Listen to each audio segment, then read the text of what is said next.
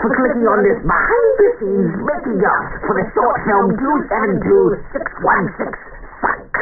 If you haven't seen the film yet, click here in the top right corner of your screen to go there and watch it. Without that, nothing in this video is going to make sense. Otherwise, if you're willing and able, don't touch that dial tone. Sit back and relax for this behind-the-scenes extravaganza.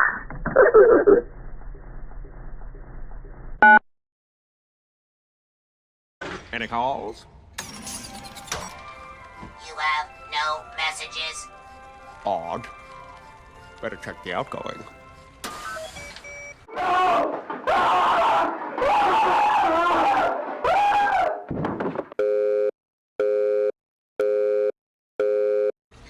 Oh wow. The origin of the idea for this short film came from Freddy Freaker, of all things. Specifically, the 1-800 novelty numbers that you'd see advertisements for in the 90s. And of course, I wasn't alive then, but the idea is really simple to get. It's basically just a novelty number. You call, you pay a little bit of money, and then you play a game or you talk to a character. You know, a lot of them are automated, like robot responses and whatnot. One of those advertisements is something that I found on YouTube. It's actually where I got the name for the PSYC ending, and I'll show that to you now.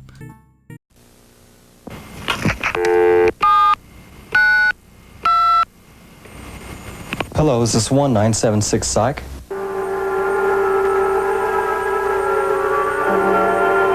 I was in the dark until I called 1976 PSYC. Now I know my past, present, and my future.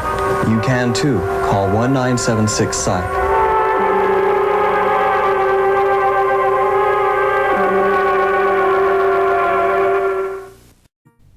This advertisement is all the right kinds of goofy, and it was a great jumping off point into what became the film that got made. But this inspired a very different script than the one that actually got made into the full video. You know, halfway through the production, the entire script was rewritten, a lot of lines were changed, and it's just because the original script was just the phone call. There was nothing else to it. It was just the phone call, and there were no visuals. And I thought, you know, it's a film. It has to have some kind of visuals, so the other thing was added. While making it up as you go is the way I write. It is good to have certain things anchored in place, especially if it's something that is integral to the plot. And one thing that I really wanted was the death scene at the end. I knew exactly what I wanted it to look like, and so I could plan that ahead, even though everything else was kind of up in the air. And one thing that I definitely wanted is I definitely wanted you to be able to hear Chris die. I wanted that to be an audible experience because it's a phone call. Audio is all you have. I didn't want him to just fall over and then bah, he's dead. Ah! So what I did, I went and I bought a watermelon. I cut the watermelon in half. I ate the inside of the watermelon, most of it, and then I took the watermelon down to the basement, and as you can see in the footage in front of you, I beat it with a hammer and then very loudly ate the rest of the inside, and that is what you hear at the end. Another thing that I really had in mind is that I wanted the confession to be at a desk with a white wall behind it. I'm not sure why I had that so concrete in my mind, but I really wanted that to come to fruition. I think it comes from this image of the overbearing girlfriend from like very early internet. It's on screen right now, but it was just stuck in my mind. But the thing about the house in which I live in is that doesn't exist. That's not a thing that I have, just like a white wall with a desk next to it. So, as all good filmmakers do, I improvised, and I found the only real white blank wall in my entire house was in the bathroom. So, up on screen right now, we have probably the worst recording setup I've ever done, where I had my laptop balancing on a shoebox, where I took the webcam, turned the quality all the way down so you get that 2005 look, put my microphone on the floor, and read my lines off of a lined notebook next to me. It took about like an hour to do the whole thing. It was actual torture because sitting on the cold tile floors sucked. And it took me way too long to scratch out all of the lines. Every single scene except the last one took like maybe 10 minutes overall total to scratch out. But the very first opening monologue, the first 2 videos, I really wanted to get it in one go, and it took like 50 minutes. You know what? I didn't even get it in one go. I couldn't even do that. But, you know, the silver lining to taking all that time to film is that we have some bloopers to go over, and, you know, kind of funny. I'm gonna show them to you now. Please enjoy me losing my mind. I feel stupid. Also, let it on this. One case. No. I'm going. The fact that you were a baby. And while that. I'm going to actually. No. Great Burnham. Fucking God. So whenever somebody picks up the fucking... Oh my God.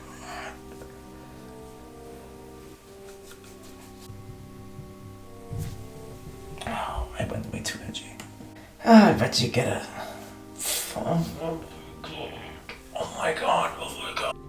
One thing I wish I did differently about recording myself in front of a camera is the stupid hair I did. I try not to overlook or look into anything way too intensely, but the hair really bothers me. It's so stupid.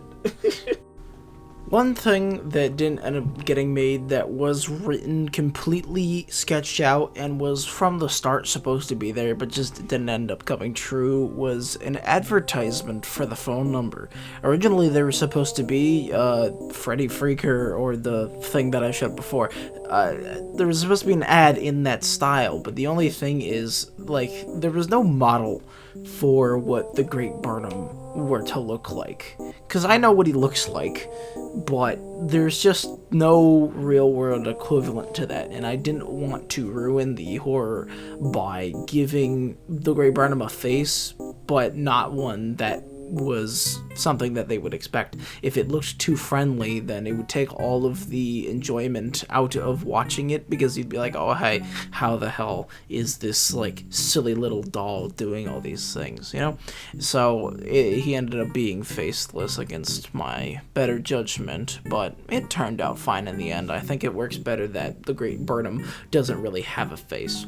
And while I'm on the topic, the name The Great Burnham is more so like a standard thing, you know, the Great is a standard prefix, but Burnham specifically is because right before this was made, at my school we did a production of Macbeth, and one of the plot points in Macbeth is there are 3 witches that tell prophecies, and they tell the main character, oh hey, there's like a forest, and unless the trees in that forest get up and walk towards your palace, you're not gonna die. And the kind of tree is Burnham. That kind of tree doesn't actually exist outside of the story because it's been lost to time, like the kind of tree and the naming convention, but it exists in that story, and that's where that comes from, because they get around the forest getting up and walking by having a bunch of soldiers using shields that are made of the Burnham wood, so technically fulfilling the prophecy. And that's kind of what we're going for here, you know, prophecies, blah blah blah, you get it. And we're almost done here. This is pretty much a lot of the behind-the-scenes stuff, but one thing I wanted to talk about is there might be some parallels that people draw between the this film, especially the aspects with the hidden flash drive, like that plot point, and the Scrimpus McGrimpus FNAF tapes. The similarities between those two, because I'm not going to lie, did take a lot of inspiration from those tapes. I gotta say that's probably one of my favorite horror medias on YouTube. It's very inspirational for me, and I really liked the idea of somebody writing up a confession in video form and then like putting it in their room and hiding it, so then if they ever died or got captured or whatever, people would know what happened to them.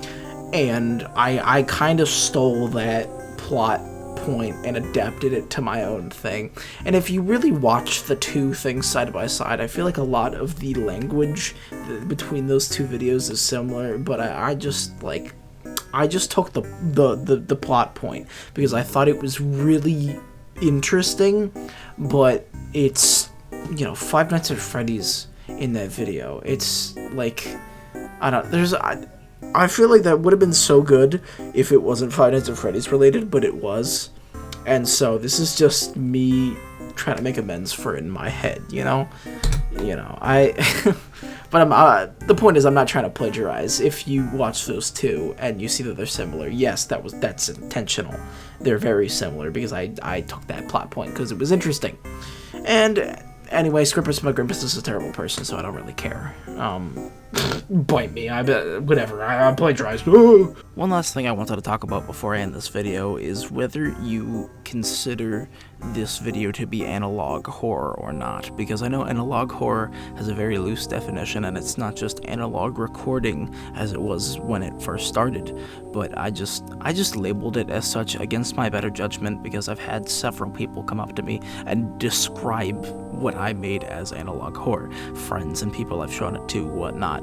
Those people consider to be analog horror, so I feel to reach a wider audience of people that would appreciate it, I have to label it as such. And I just want to know your opinion on the topic. If you made it this far in the video, thank you. Just shoot me a message, comment something, because I don't know.